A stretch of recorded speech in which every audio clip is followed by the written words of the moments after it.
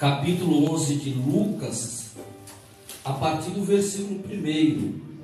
Em Lucas começa assim, precisa abrir lá não, tá? Mas em Lucas começa assim, os discípulos pedindo para Jesus ensiná-los a orar. Por quê que eles fazem esse pedido? Por várias razões. Porque tudo para eles era novo. Eles estavam vivendo o ápice da graça. Eles estavam entusiasmados com tudo aquilo que o rei, que o mestre vinha fazendo.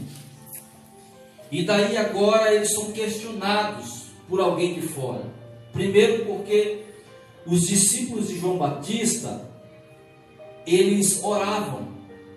Só que os discípulos de João Batista ainda oravam conforme a oração dos judeus ortodoxos. Lembrando que um dos discípulos de João Batista agora estava na linha de frente dos apóstolos de Jesus, que é André. André veio dos ensinamentos de João Batista. Lembrando que numa das pregações de João Batista, quando João Batista avista o Senhor Jesus vindo na direção dele no Rio Jordão, ele grita bem alto: eis aí o Cordeiro de Deus, que tira o pecado do mundo. E diz o texto que um dos discípulos de João Batista estava na fileira, quando João Batista proferiu essas palavras, mencionando e apontando para o Rei dos Reis. E André, a partir desse momento, André, irmão de Pedro, Pedro ainda não era discípulo, ele passa agora a caminhar com Jesus. Então André, por muitas vezes na caminhada com João Batista, ele via e participava das orações que o seu mestre fazia, que era João Batista. Outra razão por qual eles pedem para que Jesus ensine eles a orar é porque quando os judeus voltam da Babilônia, nós lembramos que no livro do profeta Daniel, diz a palavra que por dia, 3 vezes, Daniel se colocava de frente a Jerusalém, abria as janelas do palácio na Babilônia e orava por 3 vezes. A Bíblia não aponta que nós temos que orar 3 vezes. Mas quando os judeus eles voltam, eles regressam para Jerusalém, o grupo de fariseus ele coloca isso na ata judaica, que o povo judeu teria que orar 3 vezes. Mas a Bíblia, nem o texto, vai nos colocar na posição ou trazer uma ordem para que nós venhamos orar 3, 4, 5 vezes. Não tem isso na Bíblia. Mas os judeus aprenderam desde a Babilônia, um costume que eles trouxeram de lá através do profeta Daniel, que tinha esse costume de orar todos os dias. Ele abria a porta de frente para a sua terra natal. E diz a palavra que na parte da manhã, na parte do meio-dia e às 6 horas da tarde, o profeta Daniel, ele orava intensamente, lembrando dos tempos bons que ele passou na sua pátria, orando para que Deus tivesse misericórdia de Jerusalém, orando para que a promessa de 70 anos de cativeiro, ela chegasse ao fim. E quando os judeus eles retornam, eles montam, porque existe 2 tipos de linhagem na questão da cultura judaica. Antes da Babilônia, do exílio da Babilônia, eram hebreus, da linhagem de Sem e da linhagem de Éber. E agora, quando eles voltam para Jerusalém, agora eles participam de uma nova comitiva, que é a linhagem de Judá. Por isso, judeus, eles vêm da linhagem de Judá com a tribo de Benjamim. E eles colocam vários costumes, porque o templo já era destruído. Foi aí onde começou a se montar as sinagogas. Eles começaram a fazer as sinagogas, lembrando que na sinagoga não tinha piso. A sinagoga ela era de areia, era um púlpito, bancos aonde eles se sentavam, e o chão não era piso, mas era de areia, para eles lembrarem o sofrimento que eles passaram no deserto. E uma das coisas que faziam os discípulos pedirem para que Jesus ensinasse eles a orar, é por causa disso também. Eles não sabiam, porque para eles, vindo da graça, agora eles estão na transição da lei para a graça, e vindo uma pessoa falando diferente, porque Jesus falava diferente. Diz a palavra que quando Jesus pregava, ele pregava como se tivesse autoridade. Então as palavras do Senhor eram diferentes. Ele orava diferente, ele pregava diferente, ele pregava através das parábolas. E agora os discípulos ficam incomodados. Por quê? Porque agora os gentios oram, os romanos oram, os judeus ortodoxos oram, os discípulos de João Batista também oram. Senhor, nos ensina a orar. E aqui no versículo 6, ele começa a dar uma receita de como se deve ter uma vida de santificação.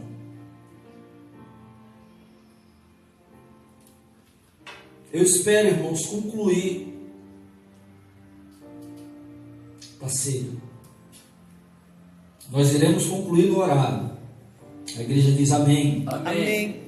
Guardai-vos de exercer a vossa justiça diante dos homens, com o fim de seres vistos por eles.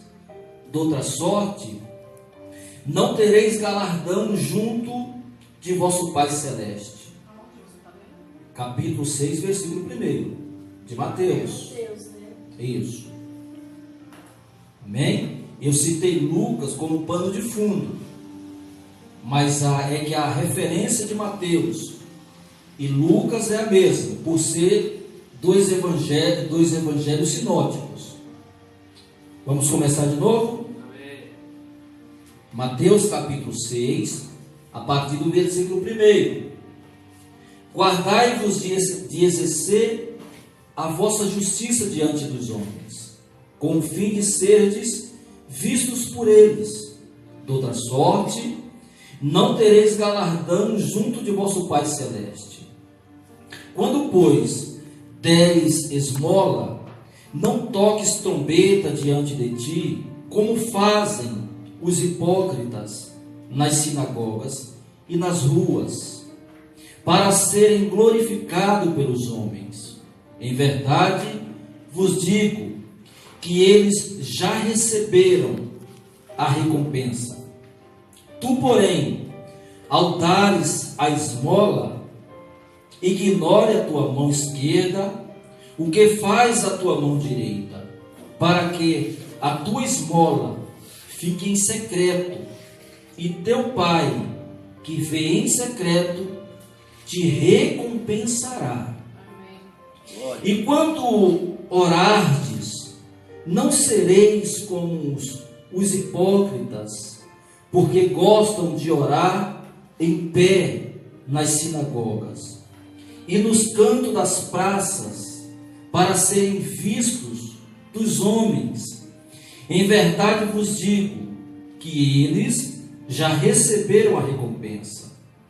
Tu, porém, quando orares, entra no teu quarto e fecha a porta. Orarás a teu Pai, que está em secreto, e teu Pai, que vê em secreto, te recompensará. Amém. E orando, não useis de vãs repetições, como os gentios, porque presumem que pelo seu muito falar serão ouvidos.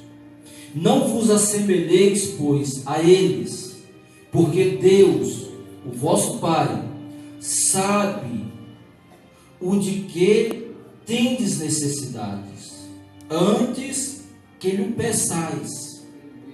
Amém? Vamos dar uma paradinha aqui. Até hoje é assim. até hoje as pessoas ficam impressionadas, não é pela intimidade que uma pessoa tem com Deus, mas é o seu tom de voz. Quanto mais ela ora alto, quanto mais ela clama, aparenta-se que ela tem muito poder. E eu aprendi com um grande amigo meu que está aqui nessa noite: muita oração, muito poder. Pouca oração, pouco poder. Nenhuma oração, nenhum poder. Mas se nós observarmos nesses versículos, o Senhor Jesus, ele começa a nos dar algumas referências daquilo que nós não venhamos fazer. Uma delas, você não precisa imitar as pessoas orando.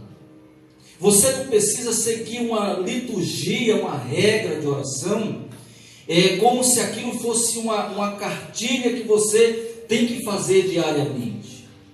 A primeira coisa é essa. Ele começa falando de quando você vai ajudar alguém.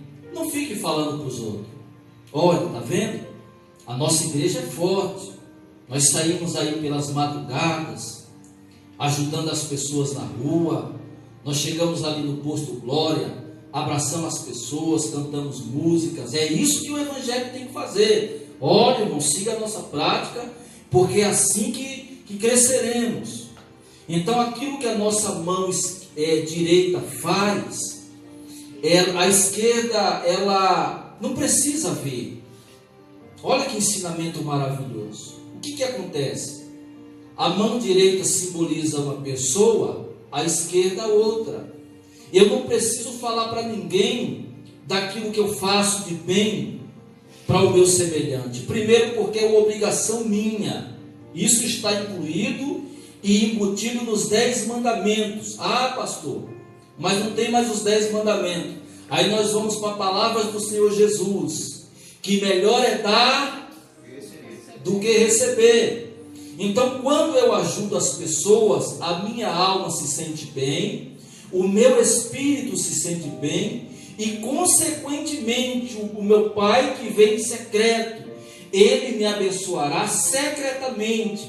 E as bênçãos dele que vem em secreto são coisas que edificam, coisas grandes e coisas que duram para sempre. Então eu não preciso ter uma regra, eu não preciso porque a igreja tal faz isso, nós temos que fazer. Eu não preciso seguir um ritual que as igrejas, os nossos irmãos de outro ministério fazem. A única coisa que eu tenho que fazer é ajudar o meu semelhante, o meu próximo, aquele que está próximo de mim. Então essa é a função do cristão. Aí Jesus cita outro ponto: vocês não façam igual os fariseus, vocês não façam igual os hipócritas, porque eles já receberam o seu galardão. Qual que é o galardão dos fariseus? É os aplausos das pessoas. Está vendo? Isso é que é o homem de Deus. Isso é que é o homem de Deus. Olha só que oração bonita. Olha, quando eles começam a repartir o pão, faz fila aqui, e muitos começam a bater palma. Era isso que os fariseus faziam. Os fariseus, eles iam em determinado lugar. Isso era tudo uma prática que fazia parte do ritual do culto, da liturgia do culto. O que eles faziam?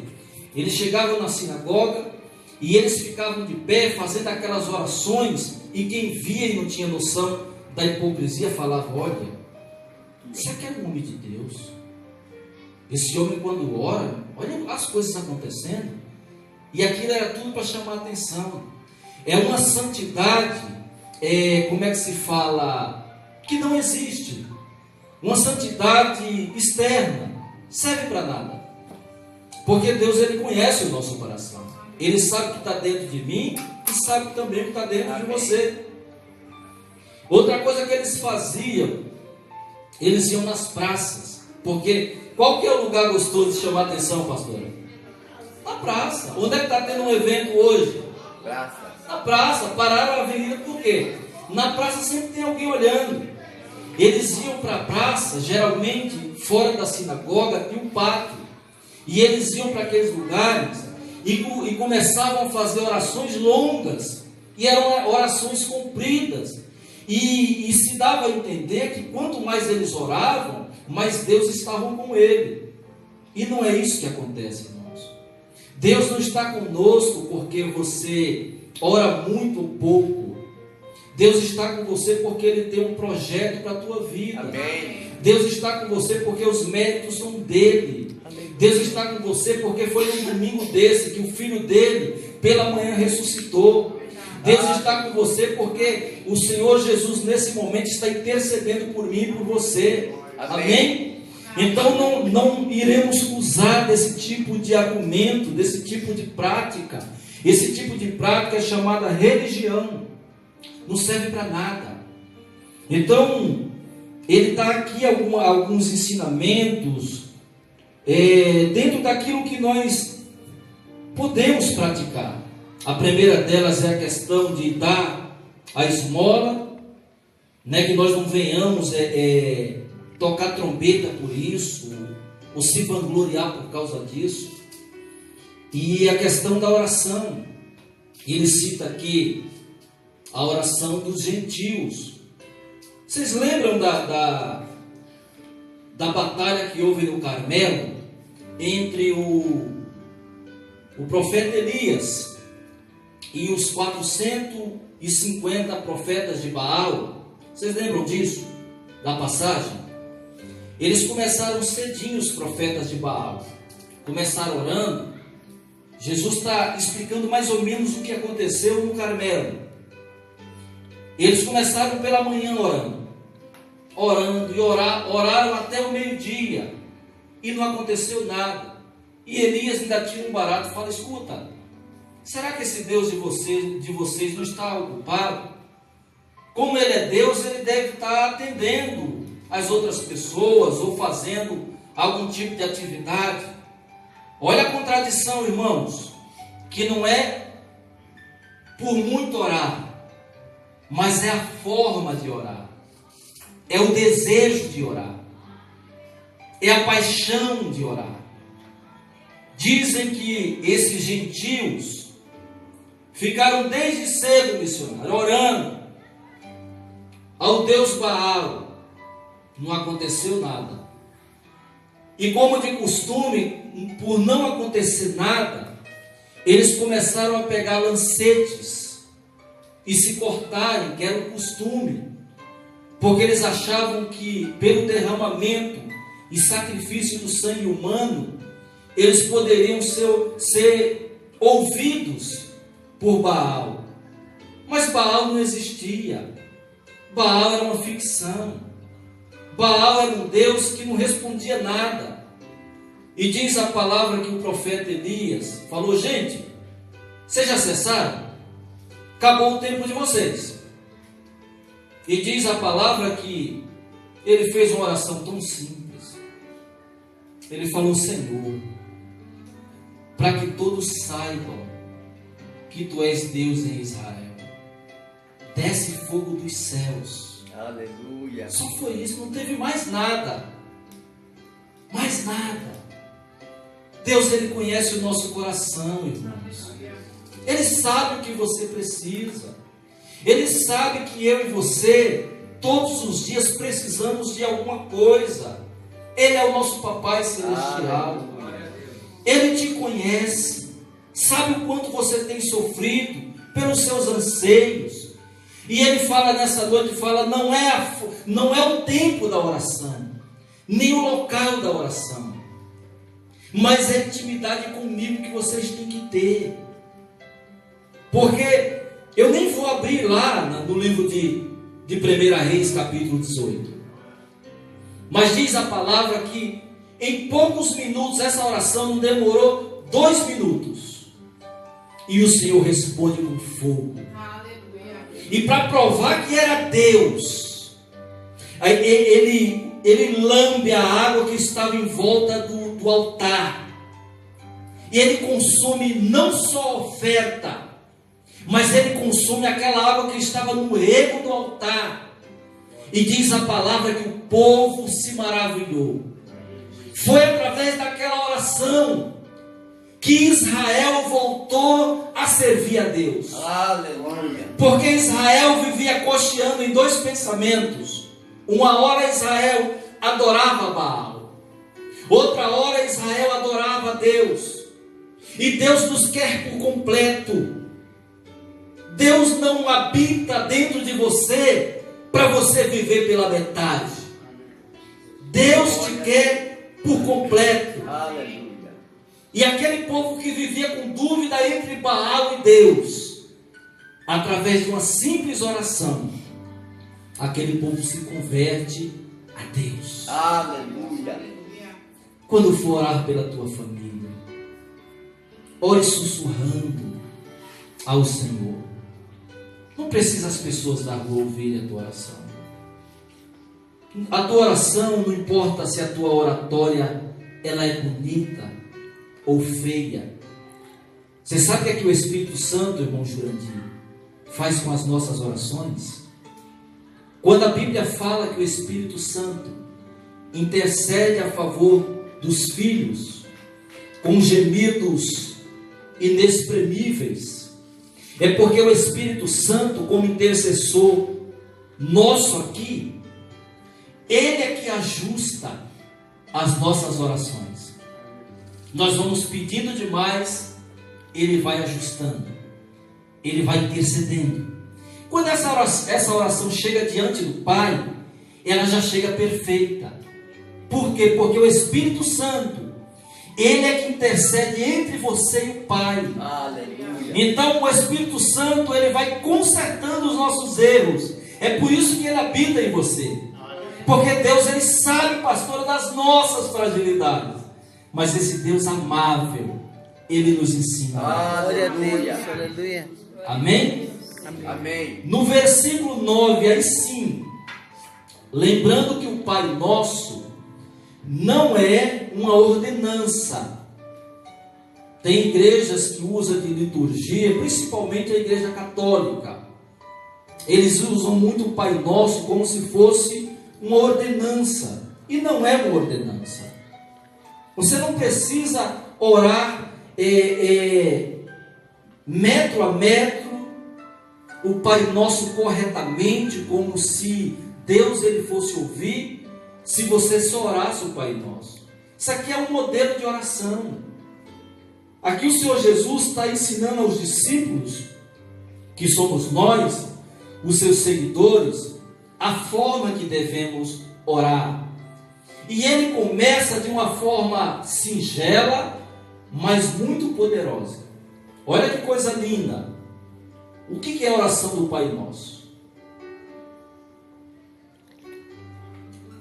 Nós iremos dividi-la em 3 partes. Que geralmente quando nós oramos, 90% nós já começamos pedindo. Vocês prestaram atenção nisso? Isso é natural, porque como seres humanos e diante de um Pai celeste e poderoso, nós pedimos porque para Ele tudo é possível. Amém. Mas Jesus aqui ensina seus discípulos a fazerem o contrário. Olha que interessante. Portanto, vós orareis assim: Pai nosso, que estais nos céus, santificado seja o teu nome. Venha o teu reino e faça-se a tua vontade. 3 coisas interessantes. Primeiro, Pai nosso que estás nos céus, santificado seja o teu nome. Como que pode um Deus que é santo ser santificado? Olha que paradoxo. Olha que coisa diferente aqui. Como pode um Deus que já é santo, diz a palavra que aqueles que se aproximam dele se santifique, porque Ele é santo. E aqui nós estamos falando que o nome dele seja santificado. Como que o nome dele é santificado? Primeiro, através do Filho. Quando a nação crê em Cristo, o Pai é glorificado. Segundo ponto, o Pai é glorificado, pastora, através das nossas vidas, das nossas atitudes. E aí nós somos amarrados pela palavra. Tem duas formas de nós sermos enxergados, vistos, como verdadeiros discípulos de Cristo. É se as nossas ações estiverem glorificando e santificando o nome de Cristo. Se as nossas atitudes forem má, nós iremos blasfemar, iremos colocar em xeque o nome do nosso Deus. Porque as pessoas olharão para nós e falarão dessa seguinte forma: se for para eu ser cristão igual você é, eu prefiro ir para o inferno. Então as nossas atitudes é que santificará e glorificará o nome de Deus. Amém. A responsabilidade é minha e sua, de que o nome dele seja santificado e glorificado. O Pai Nosso é uma das orações mais intensas que existe na palavra.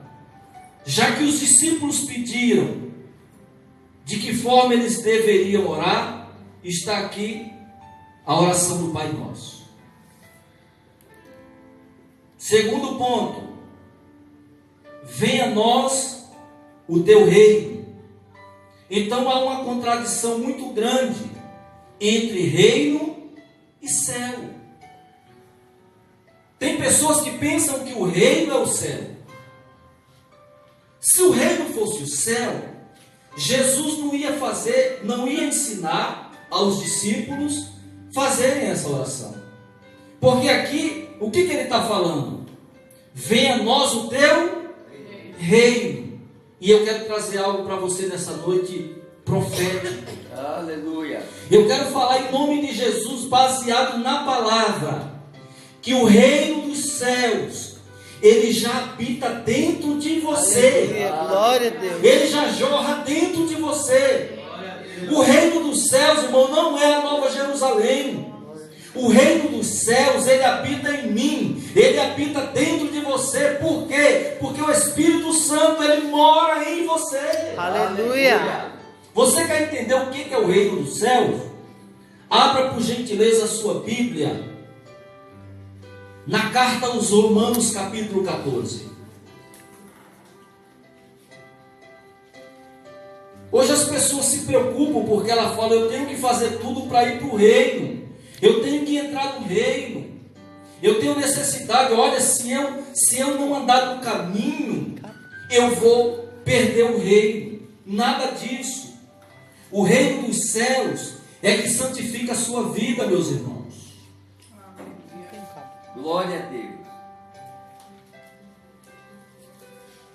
Eu quero pegar só apenas esse exemplo para você entender, filhos, que o reino dos céus, ele já habita dentro de você por causa de Jesus, por causa do Espírito Santo.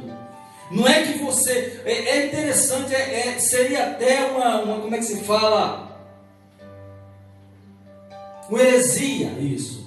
Mas como está baseado na palavra, irmãos, nós já vivemos no reino dos céus, sendo moradores da terra. Nós sendo moradores da terra. O reino dos céus não é que ele vai habitar dentro de mim. O cristão, ele não pode almejar o reino dos céus. Isso seria quase que uma tolice. Porque senão a oração do Pai Nosso, ela teria que ser apagada da Bíblia, ou lançada por terra. Olha que interessante aqui, ó. Para nós entendermos o que é o reino dos céus. Habita na sua casa, habita na sua vida, habita dentro da sua família, habita nos seus filhos, porque ele reina dentro de você. Aleluia. Glórias a Deus. Vamos entender o que é o reino dos céus. Capítulo 14, versículo 17, para que não haja nenhuma dúvida. que essa pregação vai para o ar. Diz a Zulê. Porque o reino de Deus não é comida nem bebida, vírgula, mas justiça. Aqui está falando de justificação, não justiça humana. Paz, lembrando que Ele é o príncipe da paz. Alegria no Espírito Santo. Isso é o reino dos céus. Aleluia. Isso foi um presente dado pelo próprio Senhor Jesus. Posso ler na minha aqui? Pode, pastor. Pois o reino de Deus não é questão de comida ou bebida, mas de viver corretamente em paz e com a alegria que o Espírito Santo dá. Amém? Quem que dá? Espírito Santo. Espírito Santo, irmãos. Então você vive na terra, tendo dentro de você o reino dos céus. Sabe por que mesmo nós tendo dificuldade, lutas, batalhas, nós prosseguimos? Porque o reino de Deus, ele opera e habita dentro de nós. Amém. E ele vai trazer esses benefícios. O primeiro, justificação. O reino dos céus te justificou. Segundo, ele traz alegria. Segundo, ele traz paz. Amém. E terceiro, ele traz alegria. Amém. É por isso que dá para entender, pastora, que quando nós vamos num centro, numa UTI, orar por uma pessoa que está em estado terminal, e essa pessoa é uma pessoa que serve a Cristo, olha para o semblante dela, olha, nem na morte ela é triste, porque ela sabe que a morte é o último tabu na vida dela. Ela tem tanta certeza que ela já é salva, que o brilho no olhar, a dor, não é mais forte do que o brilho que está nela. Porque ela tem a convicção que o reino dos céus Aleluia. já habita dentro dela. Aleluia. Os céus é apenas uma consequência de uma vida com Deus. Seja nos seios de Abraão, como alegam os judeus, ou seja no paraíso. Esses dois lugares é um só. E eles estão reservados para nós. Posso ouvir um glória a Deus? Glória a Deus. Aleluia. Irmãos, tem alguma dúvida? Não, né? Porque até hoje tem pessoas querendo se justificar através das orações, através das suas ações, das obras. Eu até aconselho você a fazer boas obras, mas as boas obras vêm pela graça. Amém? Se eu sou salvo pela graça, eu vou fazer o máximo para que muitos sejam alcançados pela graça. Amém. Amém. Aleluia. Faça-se a tua vontade. Olha aí, meu irmão. É difícil, né? Nós somos tudo ansiosos, preocupados. Sabe o que o Senhor Jesus está nos ensinando aqui? Vamos parar de querer fazer a nossa vontade, irmãos. Deixa Deus fazer a dele. Diz o apóstolo Paulo que a vontade dele é boa, é perfeita e é agradável. Mas só que entendam isso, que é agradável para ele. Para ele. Às vezes a vontade dele dói em nós. Por quê? Porque a nossa vontade grita muito mais alto. E eu falo aqui nos 4 aspectos: financeiro, conjugal, emocional e social. Vocês perceberam que quem reina não é a vontade de Deus, irmãos? Em nós? Não é. Isso é fato. É fato, irmãos.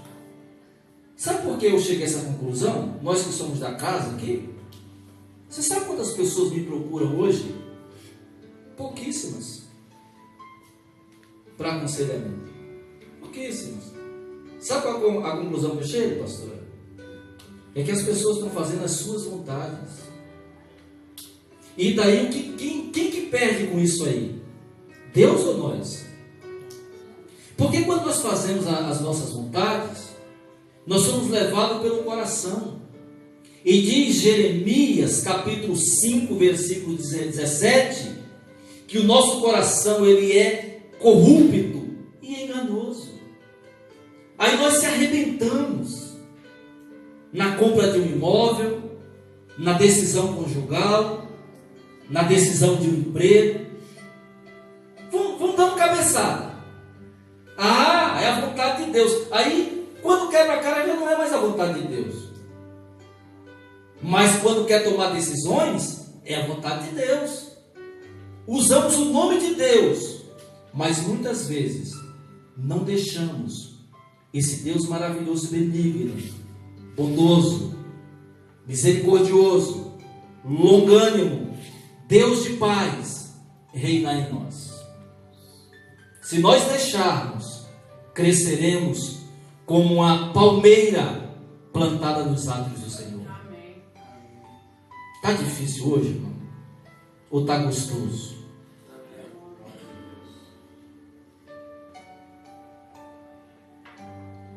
Vamos para a terceira parte do Pai Nosso. O último ponto da primeira, terceira não, segunda. Faça-se a tua vontade, assim na terra como no céu. Aí é que é lindo. O pedido vem depois. A forma que o nosso mestre está ensinando o Pai Nosso aqui é que a petição ela fica em segundo plano. O primeiro plano é expandir o reino, é a vontade de Deus, é glorificar a Deus. Esse é o primeiro plano que tem que ser na vida de um cristão. Primeiro o reino de Deus, a sua justiça. As demais coisas pode ter certeza que Ele vai acrescentar.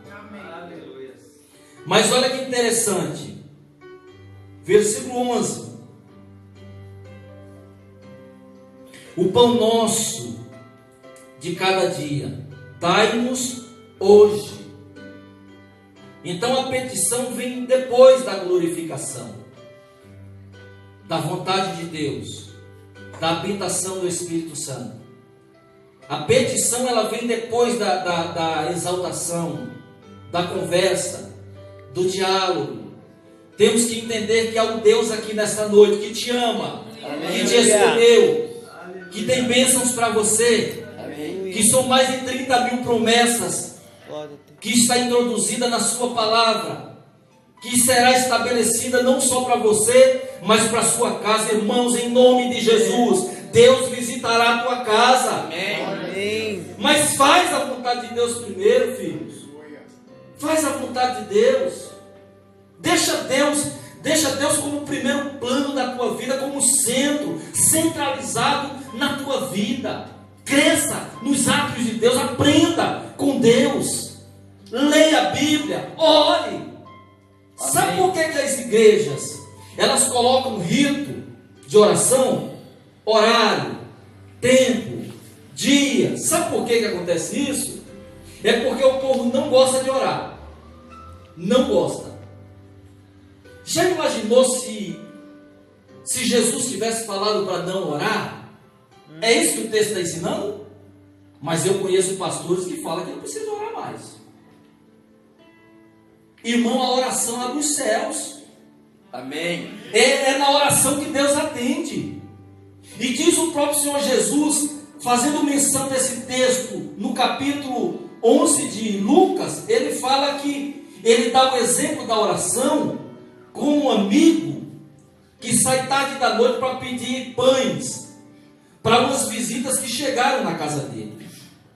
E o amigo dele, que já está dormindo, já está deitado, esse amigo próximo começa a bater na porta dele com muita força, falando: olha, me atende por gentileza, me dá alguns pães, porque chegou uma visita na minha casa e eu não tenho como atendê-los.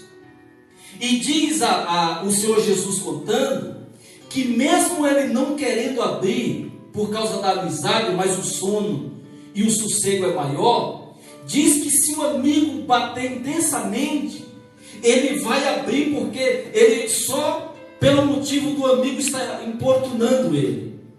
Então Jesus fala que se você começar a orar e as coisas não derem certo, ore mais. Glória. Ore mais. Se aplique mais. Ore com retidão, com sabedoria. É isso que Jesus está falando. Aleluia. Na segunda parte, é a questão do alimento cotidiano. Tem gente pedindo carro, casas, coisas grandes.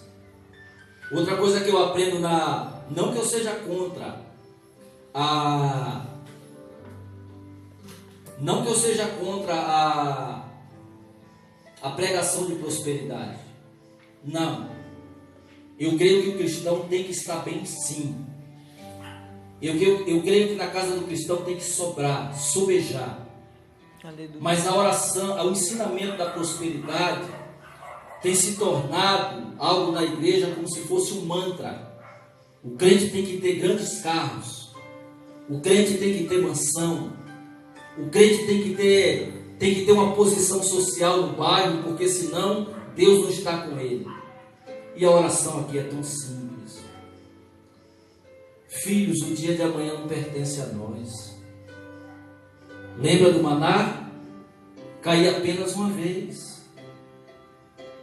O pão de cada dia já é o suficiente. O dia de amanhã não pertence a nós. Lembre-se que o Pai em secreto já conhece você. Lembre-se que amanhã é segunda-feira.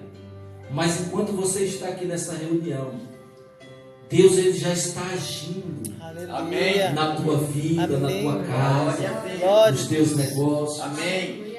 Amém? Amém. Amém. Ter as coisas é muito bom, mas a oração aqui é muito simples. Outra coisa. E perdoa-nos as nossas dívidas, assim como nós temos perdoado aos nossos devedores. Temos está onde? No passado, no presente ou no futuro? Vocês que sabem mais do que eu. Está lá atrás. Nós temos perdoado. É uma oração que antes de pedir ao Pai, você já está exercendo misericórdia. Você não pode pedir a Deus aquilo que você não tem condições de fazer. Quando eu falo, Senhor, perdoa as minhas dívidas. E aqui, irmãos, está falando de dívida. Aqui está falando de vários tipos de dívidas. Aqui está falando de dívida financeira. Sabe quando você faz uma dívida e não pode pagar? E o nome de Deus fica... Você termina comprometendo o nome do Pai. Ele não quer isso. Ele quer que venhamos honrar o compromisso. Então ele vai, com certeza, diante do pão de cada dia, ele vai estar prosperando naquilo que você precisa. Deus nessa noite está sanando dívidas na tua vida. Aleluia. Deus ele está entrando com um propósito não só de prosperidade. E aqui também está falando de dívida de perdão, irmãos. Que essa é mais profunda. Você não pode pedir perdão a Deus se você não quer exercer perdão. Lembre que o cenário aqui era crítico. Quem estava imperando aqui era Pilatos, eram os romanos, e eles eram cruéis, matavam, perseguiam os cristãos. Mas Jesus está ensinando uma coisa tão linda aqui. Ele está falando, filhos, eu já vos perdoei. Glória a Deus. Quando vocês fizerem essa oração, orem como se vocês tivessem o poder de exercer o perdão. Amém. E só quem pode nos dar o poder de exercer o perdão é o Espírito Santo. Aleluia. Assim como nós temos perdoado aos nossos devedores. E não nos deixa cair em tentação, mas livra-nos do mal. Por quê? Essa oração, o Senhor Jesus sabe que somos fracos, irmãos. Sabe. Nós somos tentados toda hora. E todo tipo de tentações vem sobre nós. Pessoas querendo tirar nossa paz dentro de casa. Nós somos tentados pelos nossos olhos. Nós somos tentados até comprar aquilo que não precisa. Sabe, irmão, às vezes as coisas estão tudo bem. Você é tentado, passa na loja, meu Deus, olha que celular bonito. E você com o seu novinho, irmão, funcionando, internet de boa, mas você quer. Isso também é uma tentação.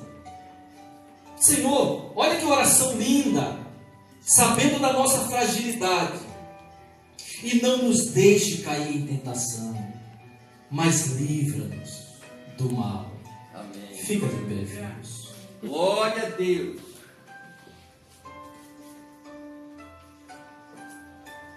Aleluia. Aí ele vai lá para o início da oração. No final da oração, sempre glorifique ao papai. Sempre glorifique. Depois da oração, seja pelo alimento, seja pela sua família, pela sua empresa. Olha que interessante aqui. Pois teu é o reino, o poder e a glória para sempre. Assim seja. E aqui a conclusão do texto.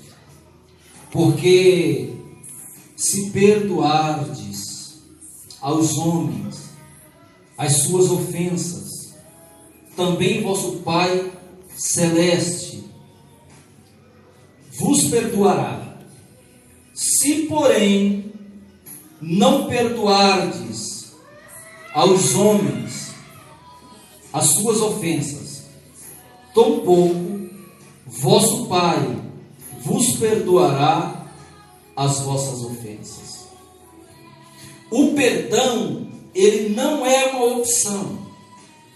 O perdão, ele é um mandamento. Abençoado é quem perdoa, não é quem é perdoado. Quem perdoa é quem é abençoado. Quando você perdoa alguém, você pega toda a responsabilidade, jugo e peso, você está transferindo para quem você está perdoando. Ah, pastor, mas eu fui lá conversar com a pessoa e ela não quis saber. Irmão, não é a pessoa.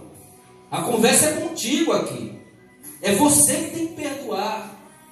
Ah, mas eu não consigo. Consegue. Sabe por que você consegue? Quem habita dentro de você é uma fonte chamada Espírito Santo. E só Ele tem o poder de fazer com que você tenha forças para perdoar. A oração do Pai Nosso é uma oração de uma via de mão dupla. A oração do Pai Nosso, eu tenho que aplicá-la não como dogma, não como chavão, clichê, nada disso. Não como mantra dentro da igreja, mas eu tenho que aplicar a oração do Pai Nosso dentro do meu coração. Eu que tenho que exercer. Amém. Quando eu for orar, eu tenho que saber que eu não estou orando para ser salvo. Eu estou orando porque eu já sou salvo. Aleluia. E porque eu sou salvo, eu sou justificado. E se eu sou justificado, eu posso entrar nos átrios. Amém. O véu do templo foi rasgado, ele não foi rasgado de baixo para cima.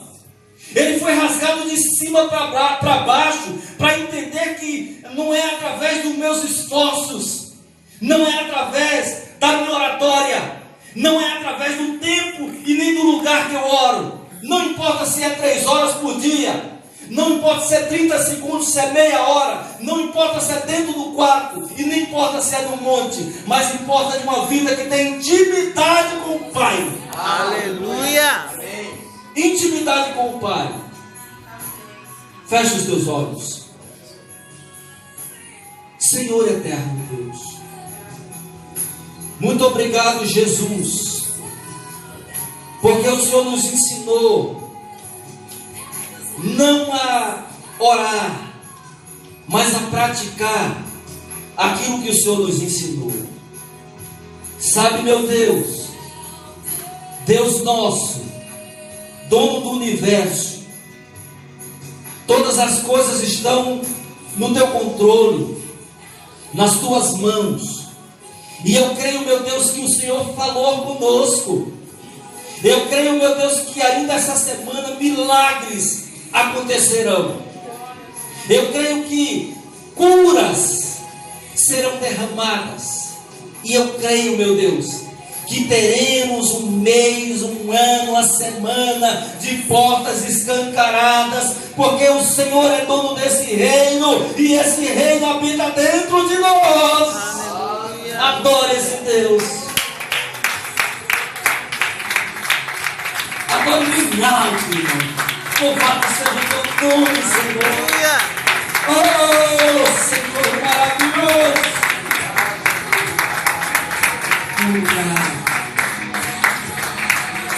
Podeis assentar. Abraça o teu irmão. Fala, olha, o reino de Deus já habita em você, pastor. Eu não sei, quero te dar um abraço.